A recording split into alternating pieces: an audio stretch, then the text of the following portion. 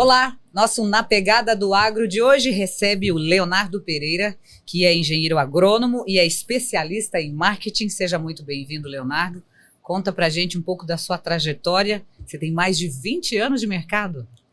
20 anos nesse mercado, Ju. Prazer conhecê-la, prazer estar aqui para bater um papo sobre esse mercado que eu caí de paraquedas e me apaixonei e estou há 20, 21, quase 22 anos já trabalhando com cana.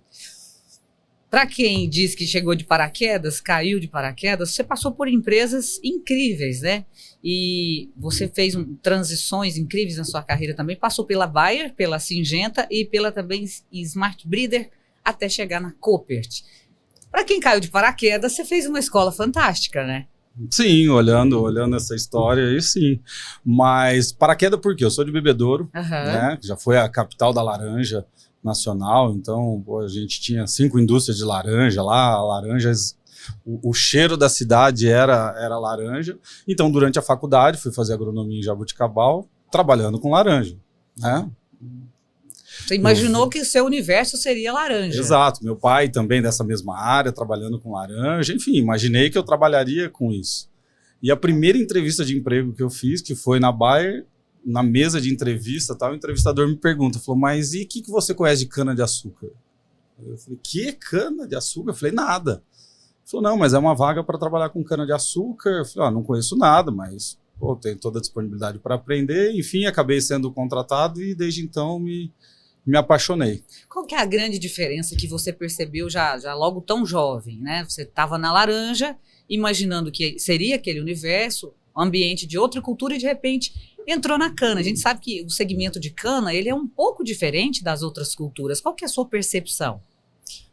Juliana, hoje essa percepção seria completamente diferente. Mas lá atrás, quando eu comecei em 2020, 2003 era isso, cana se podia queimar até então você não tinha problemas. Você cortou a cana, passou o herbicida, adubou, tchau, vai embora para casa e volta ano que vem para colher. Pode ficar tranquilo, né? Pode ficar tranquilo. Diferente da laranja, né? Diferente da laranja, com acro, bicho furão, era o início lá, começava a se falar do greening, enfim. Então, o primeiro impacto que eu tive, eu falei, é uma cultura muito fácil de se trabalhar, né?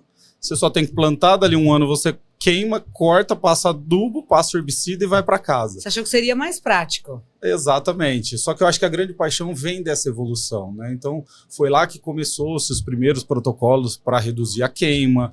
Com a redução da queima veio a broca, veio a cigarrinha. Os herbicidas mudaram completamente por conta da cesta de ervas que estava ali, que também foi alterado. Enfim, o migdolos em algumas regiões, depois a chegada do esfenófilo. Então, acho que viver toda essa evolução que me fez realmente se apaixonar e tô aí há 20 Leonardo, anos. Na Pegada do Agro, ele é para ir tirando essa coisa tão técnica, né? E fazendo um ABC, um AIOU de várias culturas e tal, tudo voltado para o agro. Vamos começar do começo. Essa coisa de não poder mais queimar, fazer a queima da cana, isso é só uma questão ambiental ou tem mais coisa aí que não se pode mais fazer isso? Ou é só porque entrou a questão de mecanizar, de maquinário, de tecnologia? Na verdade, uma coisa puxou a outra, né? Quando você queima a cana, eu acho que nós estamos num momento que é mais fácil entender isso, você despeja toneladas de carbono no meio ambiente. Sim. Né? A não queima da cana fez ela hoje uma cultura muito mais efetiva, eficiente na captura e no armazenamento de carbono. Sim. Né? Então, a não queima tornou a cana uma cultura muito mais sustentável. Né? O motivo prioritário para a não queima foi ambiental, obviamente. Mas dali para frente, uma série de tecnologias precisaram ser desenvolvidas para... Então, uma coisa é você cortar a cana lá atrás no facão, uma cana queimada. Sim. Outra coisa é ela cheia de palha, muito mais difícil, muito mais perigoso. Então, as máquinas vieram... É um quebra-cabeças, né? É um quebra-cabeça, exato. Tanto é que existe mecanização em cana-de-açúcar muito antes dessa época pós-queima. Mas por que não emplacava? Porque você tinha ali uma oferta de mão de obra muito grande, você tinha uma condição interessante que era a cana queimada, então a mão de obra fazia o serviço bem feito. Leonardo, a cana parece muito prática. Até foi essa a impressão que você teve no começo. Vai lá, planta e pode ir para a praia. Depois eu volto para ver como é que ficou. Mas parece que é bem mais complexo do que isso, né? Não é só plantar, deixar lá. Antigamente a gente tinha, a pessoa, não conseguiu o trabalho, então ele vai pro corte de cana. Quantas pessoas, isso é positivo, a entrada da tecnologia? Você acha que se fosse hoje, o campo chora, mão de obra, não tem, uma dor que o agronegócio tem. Você acha que hoje teria, a cana pararia por conta disso, que ainda bem que entrou tecnologia, ou você acha que teria trabalho, teria gente para fazer esse trabalho, se ainda fosse assim? Não teria e não tem, né? Acho que não só a agricultura, mas vários setores sofrem por escassez de mão de obra.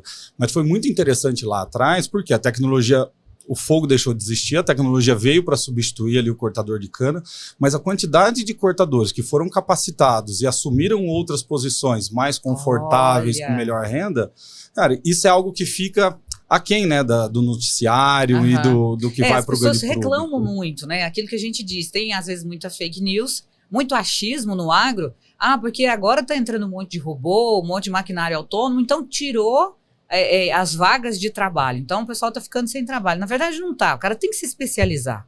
Por exemplo, a Koppert tem uma empresa coligada a ela, a Natutec, a maior empresa de drones do Brasil, voltados para a agricultura, né? Drones para liberação de alguns biológicos e também pulverização. Eles têm uma demanda incrível por pilotos de drone. E não tem. E existe programas com usinas para quê? Capacitar filhos de funcionários, o pessoal que está entrando no mercado de trabalho agora, para que ele se torne um piloto de drone e possa abastecer não só essa empresa Koppert, mas outras também. Então o problema não é ter a vaga de trabalho. Vagas tem sobrando. Falta o interesse do pessoal de querer aprender e entrar. Capacitação. E tem muitas iniciativas que vêm da indústria, seja da indústria de maquinário, da indústria de tecnologia, para promover capacitação. As usinas têm N projetos sociais com a comunidade que ela está ali inserida, que é para promover melhor capacitação, melhor mão de obra, porque ela demanda disso. Então fica, né, o recado, fica a dica para você que quer trabalhar no agro.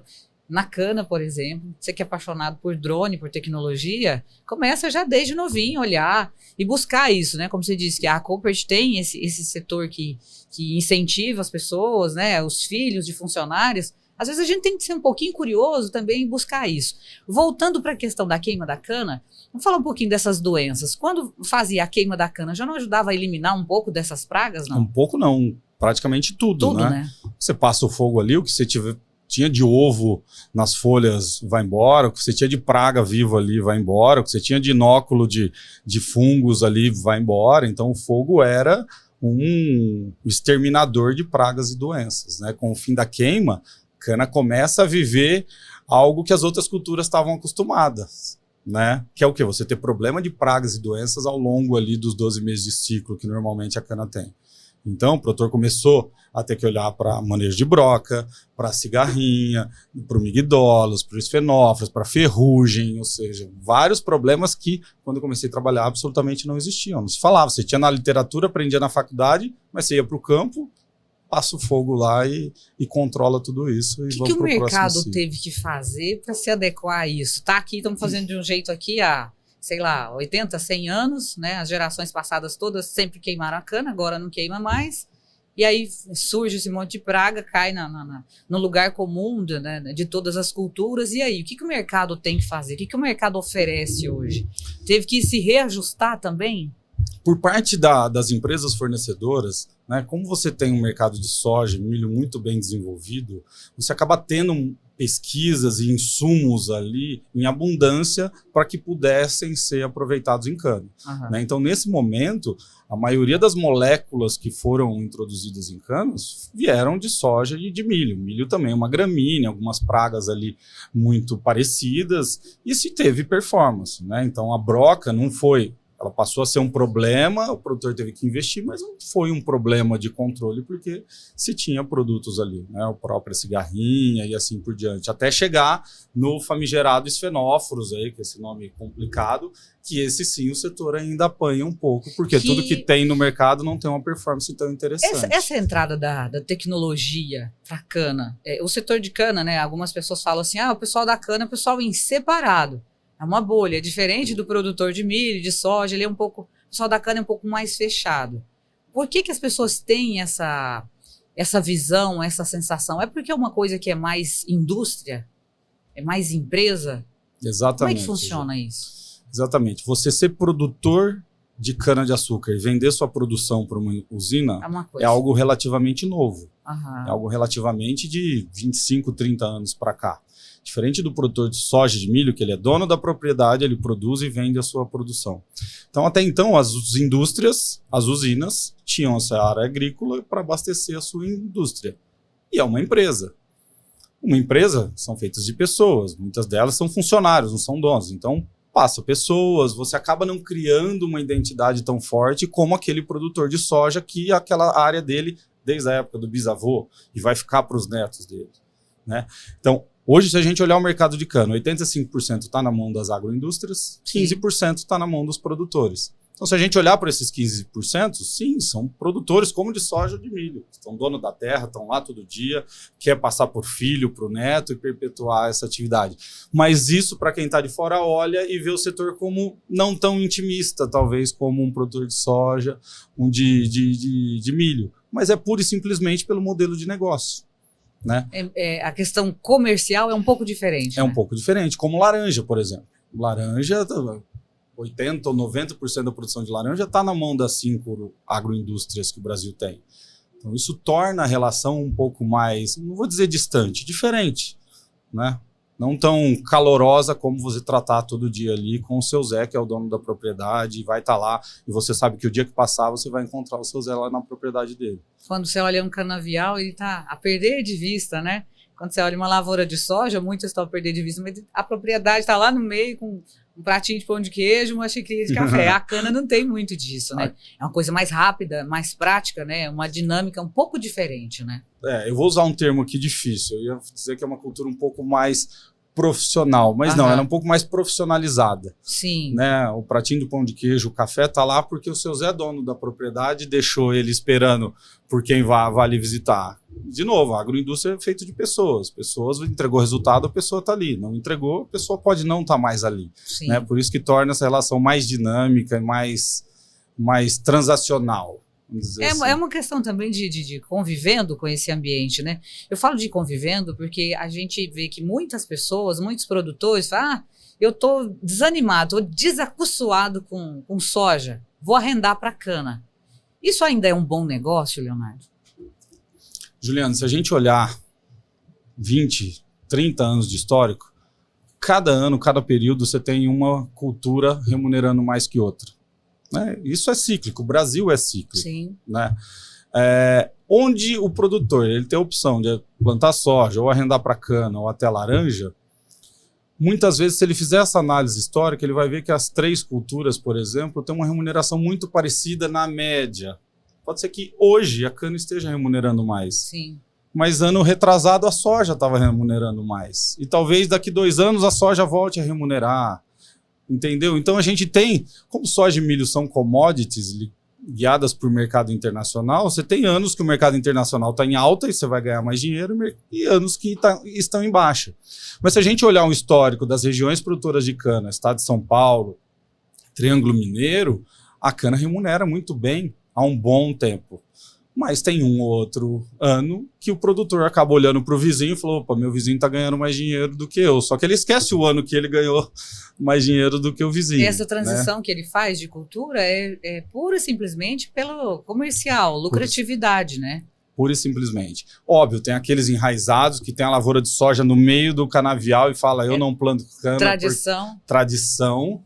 Mas para quem é o empresário do agro, ele tem que olhar a remuneração. Ele tem que olhar o que dá mais dinheiro, mais retorno para ele naquele momento. Olha, Leonardo, eu ouço muitas coisas nas minhas andanças, tanto com os produtores quanto com quem quer ver o que esse produtor está fazendo. E já ouvi muito a questão, não planto cana não, porque diz que, não é certeiro, mas diz que a cana, depois que você planta, depois outra cultura não dá mais, porque ela suga tudo da terra, todo o nutriente.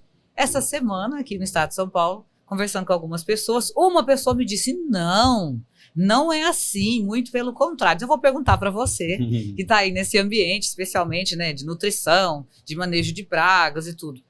E aí, a cana, depois que tira ela realmente faz esse estrago todo no solo, ela é boa para o solo? O que é a verdade real disso? Gente, esse é um dos folclores agrícolas que nós temos aí verdade. no país. Porque se a gente pegar a cana pelo perfil dela, pela gramínea que ela é, se você plantar uma cana hoje e não fizer nada, ela vai virar uma cana. Talvez ela não vai produzir o que ela deveria, mas ela vai. Ela é independente. Só que essa é uma visão de 30 anos atrás, onde o setor era muito mais extrativista do que profissional. Hoje não. Hoje, para você produzir cana nos patamares comerciais aceitáveis, você precisa investir. Investir no solo, investir na planta, adubar, corrigir. Então, hoje, sem problema nenhum. Tanto é que a maior região produtora de amendoim é exatamente onde nós estamos, aqui, Jabuticabal, próximo. Sim. E esse amendoim é cultivado em cima das áreas de cana. Depois de 5 anos, você precisa reformar o canavial, você coloca o amendoim, que é uma cultura extremamente exigente. Se fosse assim, o amendoim não seria tão bem cultivado nessas áreas como esse folclore ainda diz. E é um mercado muito forte, né? De qualidade, exatamente, de exportação e tudo mais. Então isso é absolutamente folclore. Outra coisa, antigamente se plantava cana nas regiões do estado de menor fertilidade. Hoje a gente planta cana em Ribeirão Preto, uma das áreas mais nobres do país, né? Reflexo disso, se eu investir na cultura, mesmo num solo nobre, eu vou ter uma produtividade acima dos padrões que eu tinha antigamente, que comercialmente faz sentido. E hoje está tudo muito estudado, tecnificado, né? Você tem a agricultura de precisão que vai te mostrando o que você tem que fazer, o que você tem que corrigir, gastando cada vez menos, né? Procurando trazer produtividade ali com um custo de produção mais baixo. Então, acho que isso também facilita a vida do produtor, tanto que ele quer fazer essa transição de cultura, mas é tão importante, né, gente, essas perguntas, parecem perguntas bobas, mas que às vezes ficam aí no gosto popular, as pessoas ficam discutindo isso. Tem que chegar um momento que a gente fala, não, é isso aqui, pronto, tem um estudo sobre isso aqui é técnico, funciona assim. Agora, Leonardo, você veio de empresas que fazem um trabalho mais tradicional, Bayer, Syngenta, Smart Breeder, no manejo de pragas, é mais a questão de combate delas de forma mais tradicional. E a Koppert já trabalha diferente, né? A gente está falando de insumos biológicos. Para as pessoas entenderem o que são insumos biológicos. Sim, eu estou recentemente, há exatos 1 ano, né, que eu ingressei nesse novo mundo de biológicos e, de novo, estou fascinado, mesma forma que a cana me fascinou lá atrás. E o que é biológico? Né, o que é o tal manejo regenerativo, que é outro nome que está em alta aí? É a gente utilizar o que tem no ambiente para controlar pragas e doenças. Por exemplo, eu utilizar um fungo, que ele é natural do ambiente, para controlar um outro fungo ou uma outra praga, utilizar um vírus, uma bactéria ou até um inseto para controlar outros insetos, né? Então, o manejo biológico é a gente utilizar de ferramentas ali biológicas para manejar o meu problema, que é a minha praga ou a minha doença. Dá para a gente um exemplo aí mais claro, de forma mais popular, de insumo biológico que está sendo utilizado hoje em alguma cultura? Tá, vou voltar para a cana-de-açúcar, que é minha praga. A gente tem hoje um bacillus, que é uma bactéria, que hoje ela é utilizada para manejar nematóides de cana. E 75% do mercado adota. Ou seja, o manejo de nematóides em cana já é feito, na sua grande maioria, por bactérias e não mais por moléculas químicas. Sim. Né? Então eu como. E de onde que surgiu essa bactéria? Eu fiz em laboratório? Não. Foi isolada do ambiente.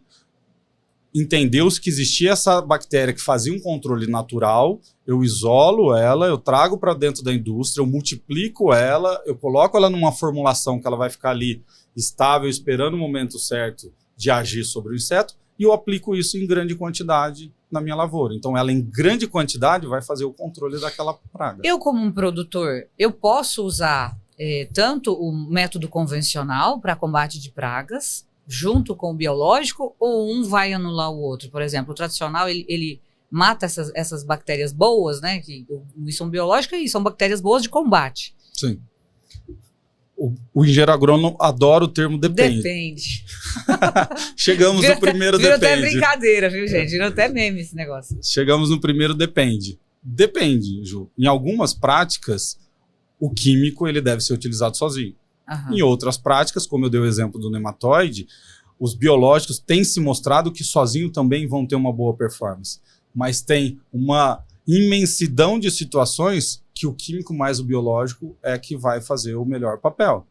né? Em determinadas situações e para determinados problemas, pragas ou doenças, eu vou precisar do biológico e do químico se alternando para que eu realmente consiga melhor controlar e trazer aquela população para mais baixo possível para eu colher mais.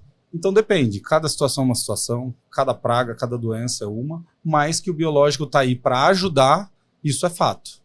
Né? Agora, Leonardo, essa propriedade que a vida toda, tudo que tem dentro dela ali, independente da cultura, se é laranja, se é soja, se é cana, a vida toda, esse produtor, ele usou o químico, ele precisa passar um tempo sem usar nada na propriedade dele para depois entrar com o biológico, ou ele pode fazer essa transição assim já de cara? Não, essa transição... E não é uma transição abrupta, tá? Não estamos falando, Ju, de até ontem eu comprava defensivo químico, a partir de amanhã eu só compro biológico. Uhum. Absolutamente.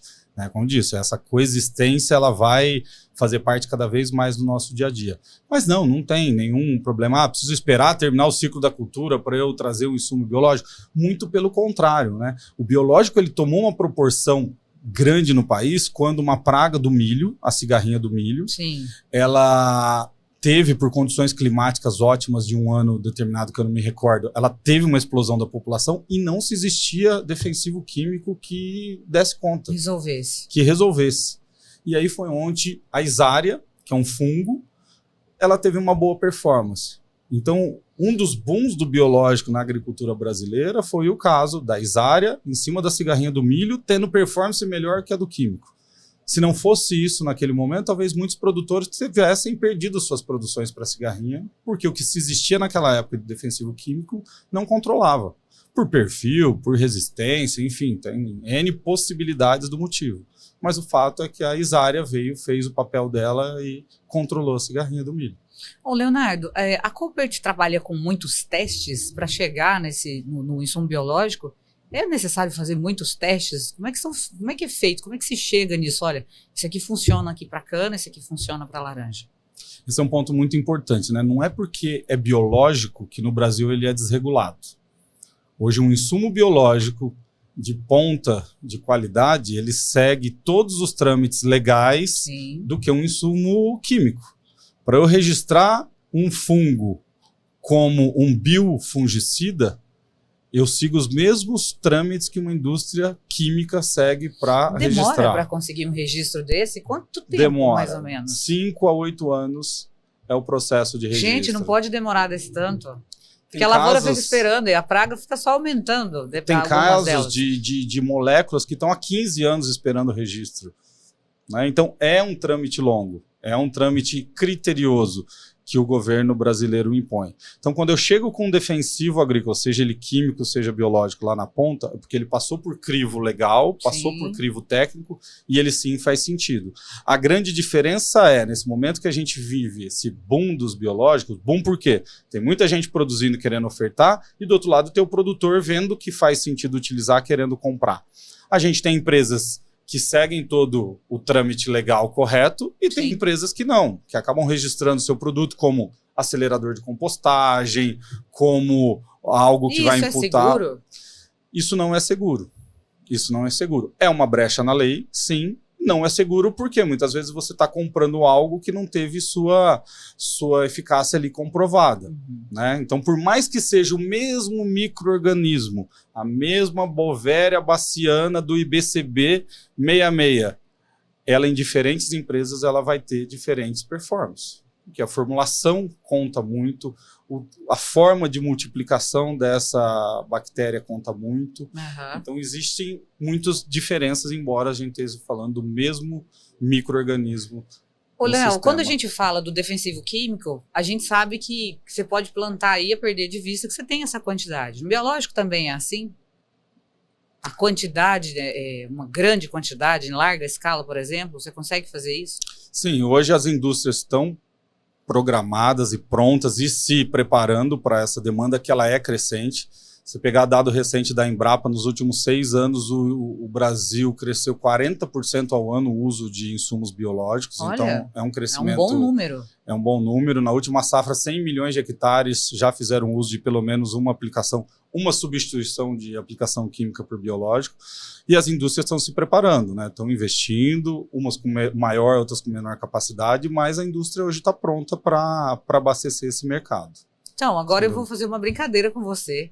Eu queria saber quem são as 3 maiores estrelas dos insumos biológicos e para que elas servem. Você falou da Bovéria, eu queria que você explicasse para a gente. Quais são os 3 mais conhecidos, mais utilizados? São as estrelas aí dos biológicos. Hoje em cana-de-açúcar, sem sombra de dúvida, a Bovéria. O que a Bovéria faz? A Bovéria é um fungo, por exemplo, que a gente utiliza para controlar adultos de esfenófilos.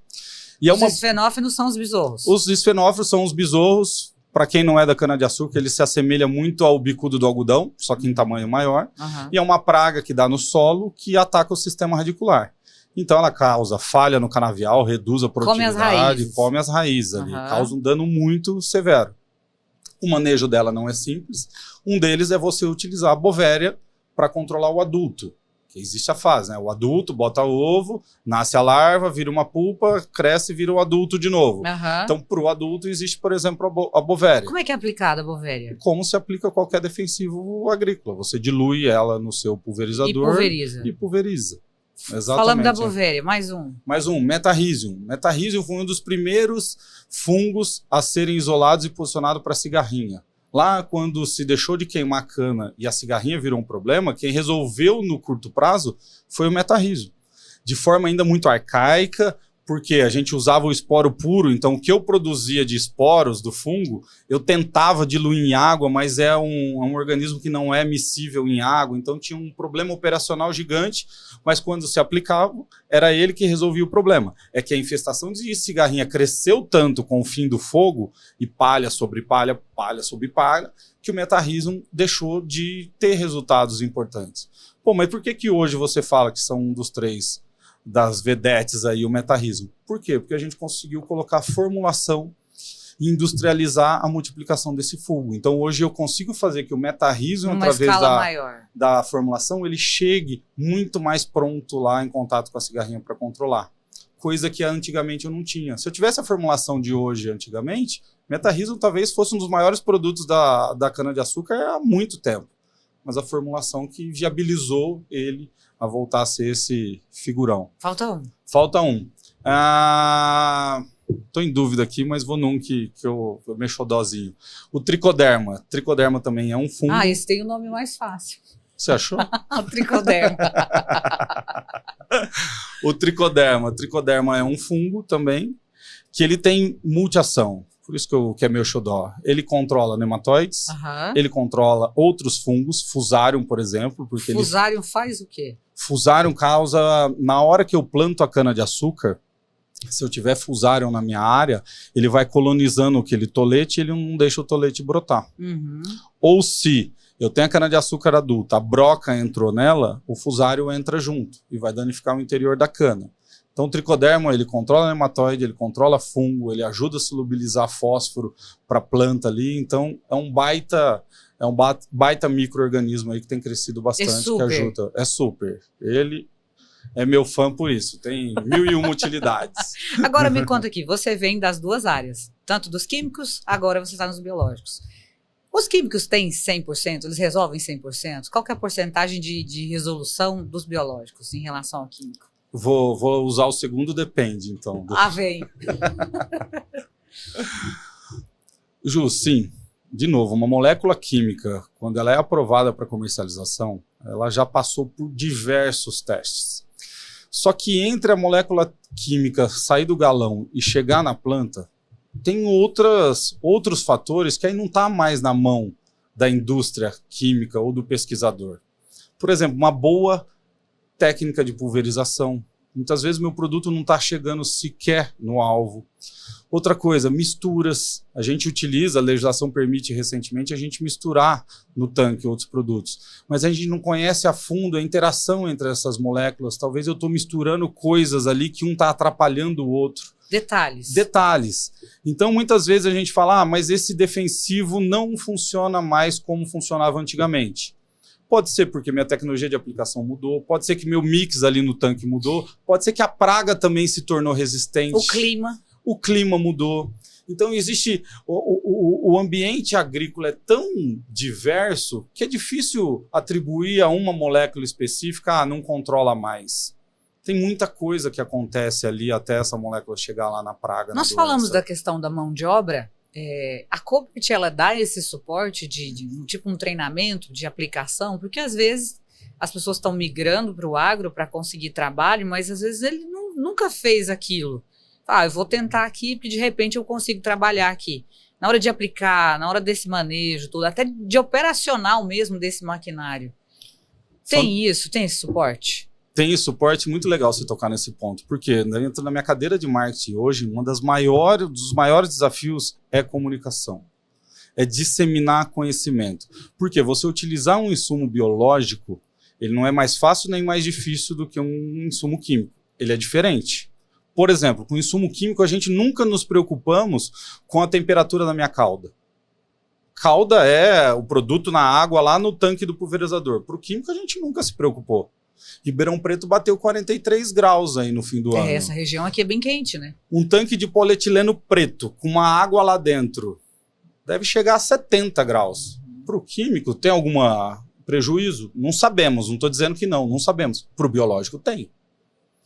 Então, essa capacitação com quem está na ponta de cuidado de armazenagem, é um produto, ele é mais sensível, alguns deles precisam estar refrigerados. Na hora de se fazer a calda ali, você precisa de equipamentos ou de hora do dia que não bata 70 graus de novo. Então, um dos maiores desafios é exatamente esse. Porque aquele produtor que não conhece, eu não estou falando que ele não tomou os devidos cuidados, ele não sabia que deveria cuidar e aplicou nessa condição, ele não vai ter performance. E ele vai atribuir, o biológico não funciona.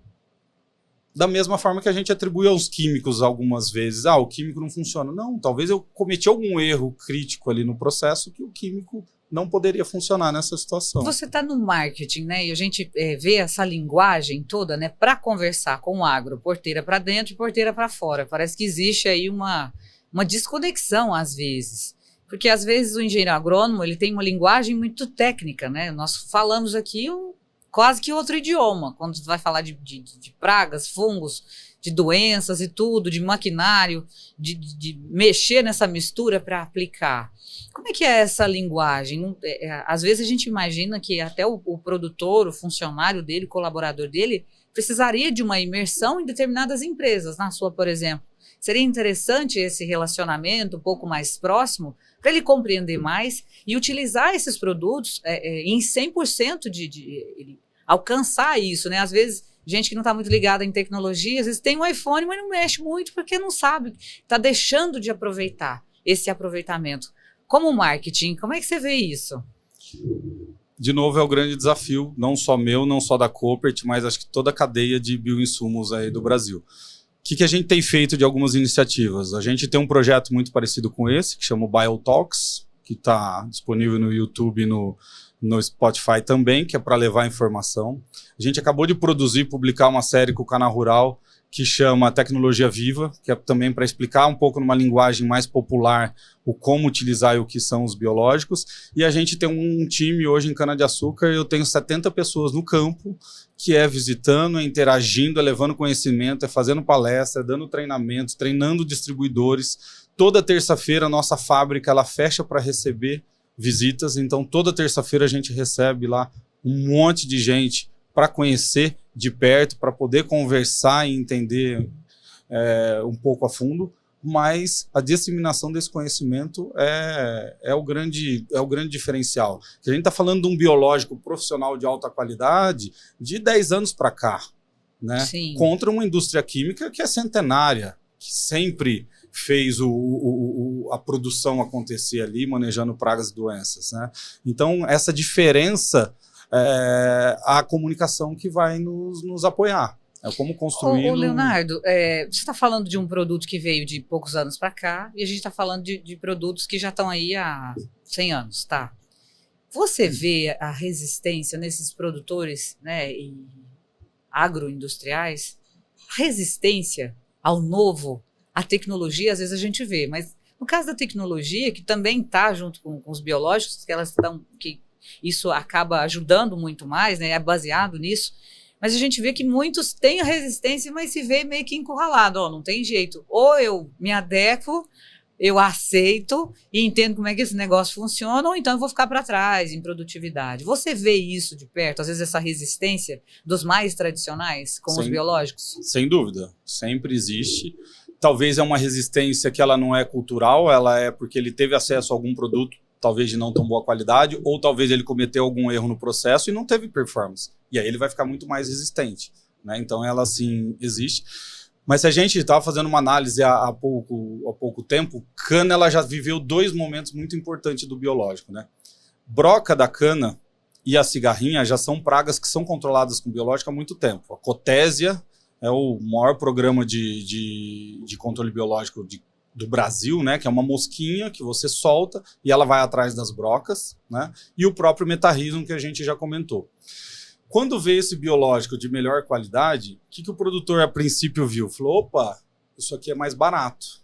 Então ele se motivou a ir conhecer o biológico por custo. Bom, eu vou reduzir... É mais barato quanto? Depende, 20%, mas vamos atribuir esse número, 20%. Uhum. Então a gente veio até 2017 com a proposta do biológico na mão do produtor sendo um produto mais barato. Isso fez com que 7% do mercado, nos dados da Coopert, se abrissem a esse novo biológico, 7%. Aí nós tivemos de 2017 a 2023 outra onda, que é o quê? Esse cara que viu que era mais barato, ele falou, cara, isso não é só mais barato, isso é bom, isso funciona. Então eu posso aliar uma redução no custo do meu manejo com uma performance interessante. Isso fez o mercado ir a 17% de cana-de-açúcar, ou seja, hoje 17% do mercado de cana-de-açúcar adota biológico para manejo. Então o insumo biológico ele está numa constante de crescimento. Ele está numa constante e para mim nós estamos aí num ponto muito importante, porque daqui para frente é onde o produtor vai conseguir extrair valor. Porque ele buscou custo, ele viu performance e ele vai buscar valor como? A gente está na era do carbono, de crédito de carbono. Na matriz de uma indústria de emissão de carbono estão óleo diesel, que é muito difícil ser substituído. Existem N iniciativas, mas é difícil. Segundo, nitrogênio, os adubos nitrogenados, ureia, o nitrato. Também existem iniciativas, mas é difícil você reduzir drasticamente o uso de nitrogênio. O terceiro ponto são defensivos. Então, a adoção de biológicos dentro do teu manejo vai fazer com que você tenha uma agricultura mais sustentável, com menor emissão de carbono. E isso está virando dinheiro. E vai virar cada vez mais dinheiro. Você vai ter crédito de carbono, em cana-de-açúcar são os CBIOS. Você acha que as pessoas estão se atentando o suficiente para o carbono? Eu acho que muita gente está deixando que meio que passar batido. Parece que mais os grandes, né, os maiores, é que estão indo atrás disso, no Brasil, fora do Brasil. Você acha que o pequeno e médio produtor, eles tinham que se atentar mais a isso? Eu acho que ele tinha, mas eu vejo um trabalho muito interessante de associações de produtores já buscando certificação, já levando conhecimento para esse produtor. Por quê? Uma usina, como ela compra a cana do produtor, para ela ter uma menor emissão de carbono lá na ponta, não basta ela fazer as práticas para redução de emissão. Da onde ela compra a cana também. Ela tem que investir um pouco nisso. Ela tem que investir, ela tem que levar conhecimento e eu vejo muitos projetos interessantes. Então, falando especificamente por cana, Ju, eu acho que isso está chegando na ponta, isso está chegando no produtor. Nas outras culturas, ainda não sei. Mas um ponto que para mim é onde ainda a coisa não fecha.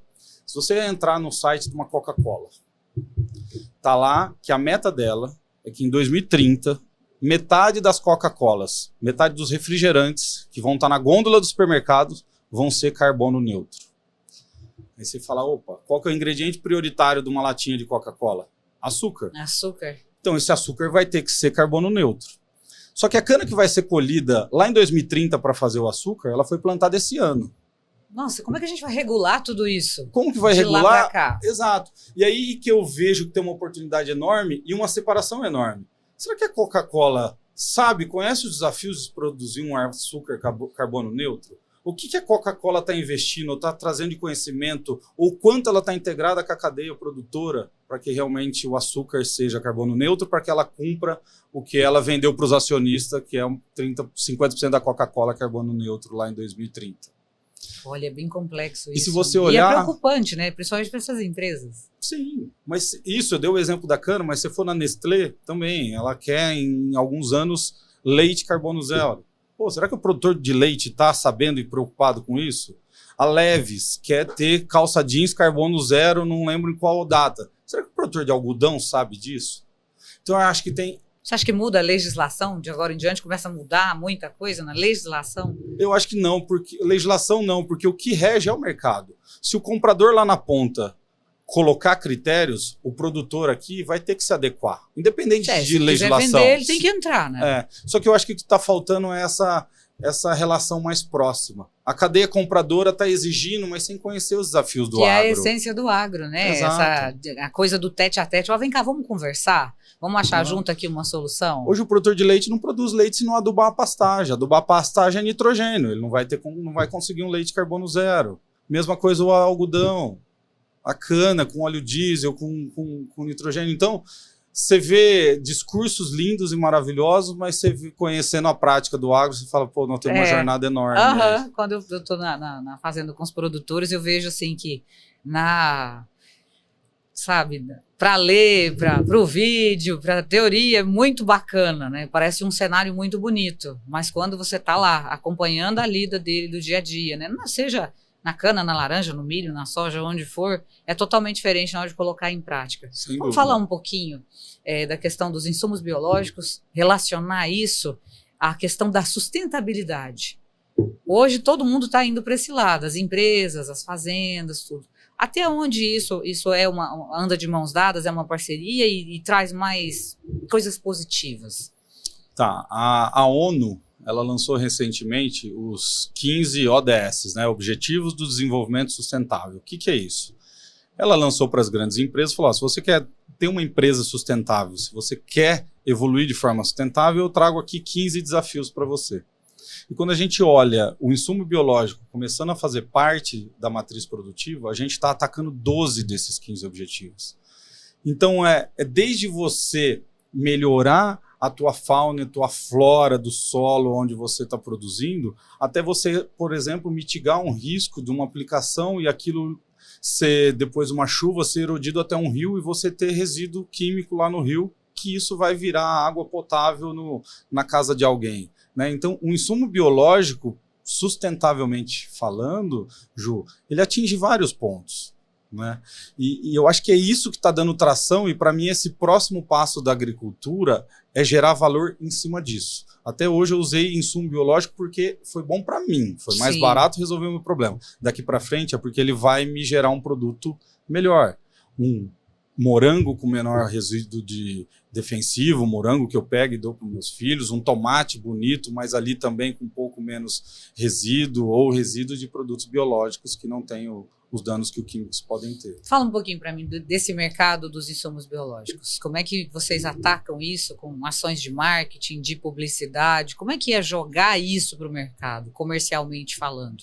Porque quando a gente fala de químicos, existe todo um cuidado para falar disso, para isso não ser usado de maneira incorreta, tem que ter um certo cuidado.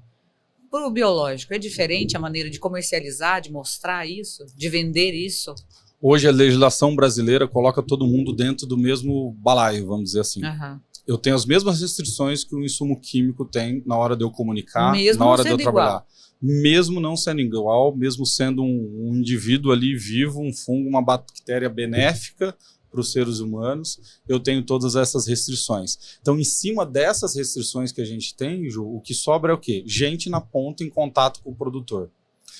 Capacitando desde o distribuidor, que é um gargalo fundamental, e esse distribuidor que a vida inteira vendeu um galão de defensivo químico, e a partir de hoje precisa vender algo diferente. Então, capacitação é a chave do jogo. Outro ponto crucial, muitos biológicos precisam ficar refrigerados. Então, eu transporto ele em transporte refrigerado. Na fazenda eu coloco lá uma geladeira, um container, uma estrutura refrigerada para que ele fique armazenado. Muitos têm câmaras frias também, né? Nas fazendas, alguns produtores maiores têm isso, né? Ou não é assim que armazena? Mas isso é algo recente. Muitos têm para esse fim de forma regente. Os grandes.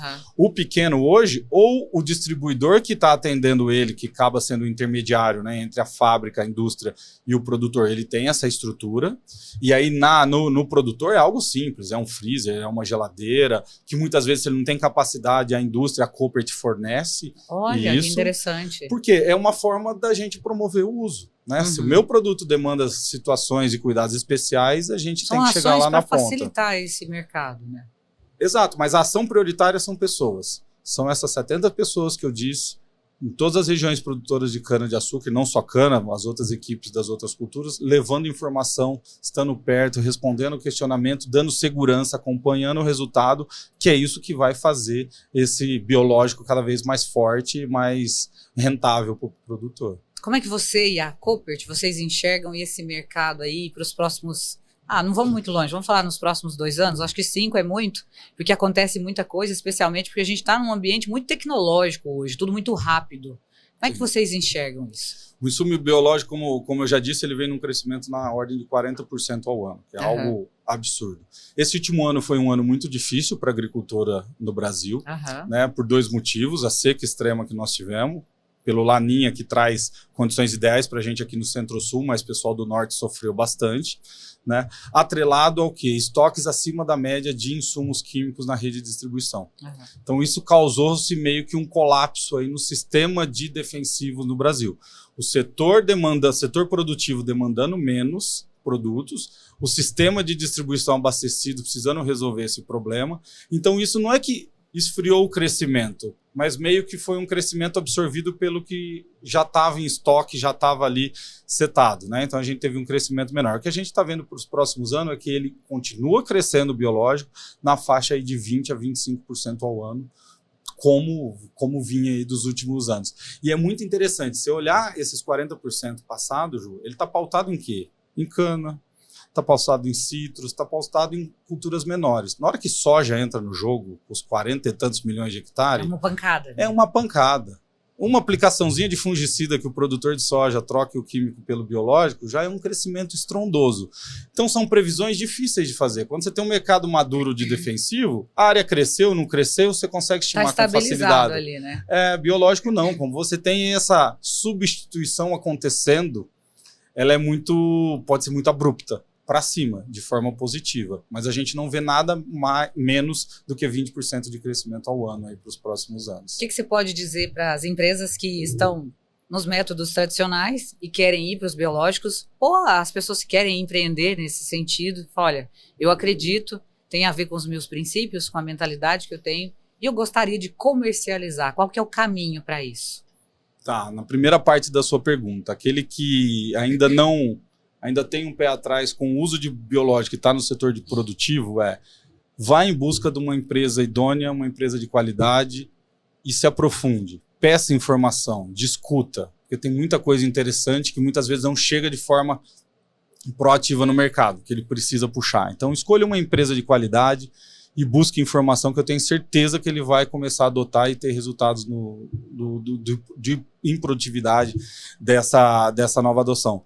E para quem está no outro lado, né, está ali no sistema de distribuição, para mim, e a gente vê ainda alguns distribuidores ainda focados no manejo tradicional, só no químico, cara, abra sua cabeça, porque em pouco tempo o biológico vai fazer parte de uma fatia importante utilizada junto com esse Não é no futuro, já é agora, né? É já.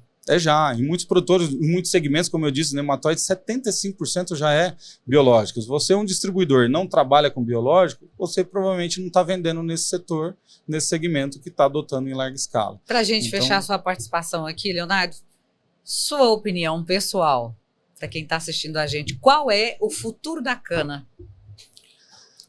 O futuro da cana, né?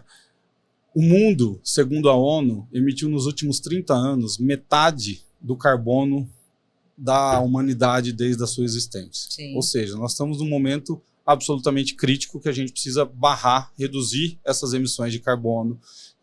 Isso que está direcionando esse clima extremo, chove demais de um lado, seca extrema do outro, né? A gente consegue zerar a emissão de carbono do dia para a noite? Não consegue. Então o que a gente precisa é, dia após dia, adotar práticas que sejam mais sustentáveis no nosso dia a dia. E para mim uma que é fundamental, que o setor luta há muito tempo, é a adoção de etanol, né? O etanol é um combustível que substitui a gasolina. Gasolina que vem toda de petróleo, que tem uma pegada de carbono imensa, e o etanol, que é o combustível mais limpo do país, produto nacional, gera emprego, absorve carbono, e a gente ainda tem um desafio enorme de adoção do brasileiro chegar na bomba e ainda falar, enche de gasolina, pura e simplesmente porque o etanol rende um pouco menos. Você precisa abastecer um pouco mais seu carro do que com a gasolina. Você né? acha que se colocar na ponta do lápis, o benefício ainda é maior com o etanol? É onde eu ia chegar. Mas na hora que você coloca na ponta do lápis o teu quilômetro rodado, ele é mais barato. Mas vamos dizer que ele seja o mesmo. Quando você adota etanol, você está adotando um produto que foi feito no teu país, que gerou trabalho, que gerou imposto e que ainda não polui o meio ambiente. Então, a Única, né, que é a união do setor, está com uma campanha agora, o Rafael Portugal é o garoto propaganda, mas para tentar desmistificar muito mal entendido que tem na ponta na hora do brasileiro ainda escolher o etanol. Então, o mundo está buscando práticas de combustível mais sustentáveis e a gente que já tem esse combustível em larga escala, muitas vezes tem dificuldade de emplacar. Mas, voltando ao cerne da tua pergunta, o futuro da cana-de-açúcar é algo que não tem como a gente ver um momento diferente dessa euforia. Porque a gente vê outros países no mundo começando a adotar etanol, então, não que seja etanol nacional, mas é o combustível brasileiro sendo falado e sendo consumido ao redor do mundo. Sim. Isso tira muita cana-de-açúcar que viraria açúcar para virar etanol. Isso abre mercado para o açúcar. Então, quando você tem uma cultura, que é a cana, que você faz dois produtos tão importantes, que é o etanol e como é o açúcar, você consegue ter um balanceamento muito interessante. Tem ano que a açúcar vai remunerar melhor, tem ano que o etanol vai remunerar melhor, mas sem dúvida nenhuma o futuro da cana está garantido. É um bom negócio. É um bom negócio. Leonardo, muito obrigada por você participar com a gente aqui do Na Pegada do Agro. Eu acho que foi muito importante para as pessoas, né? A gente tirar um pouco desses mitos, dos folclores, conhecer um pouco mais sobre os biológicos aí, entender um pouco mais sobre as pragas também. Você está nesse ambiente todos os dias, para você isso é comum, mas muita gente está aprendendo, né, com esse conteúdo aqui. Então, quero te agradecer. Obrigada por estar com a gente. Obrigado, Juliana. Parabéns pelo projeto, que eu acho que é isso que o Brasil precisa, né? Levar a informação coerente do agro, que é o setor tão pujante aí do Brasil e muitas vezes sofre tanto aí por desinformação.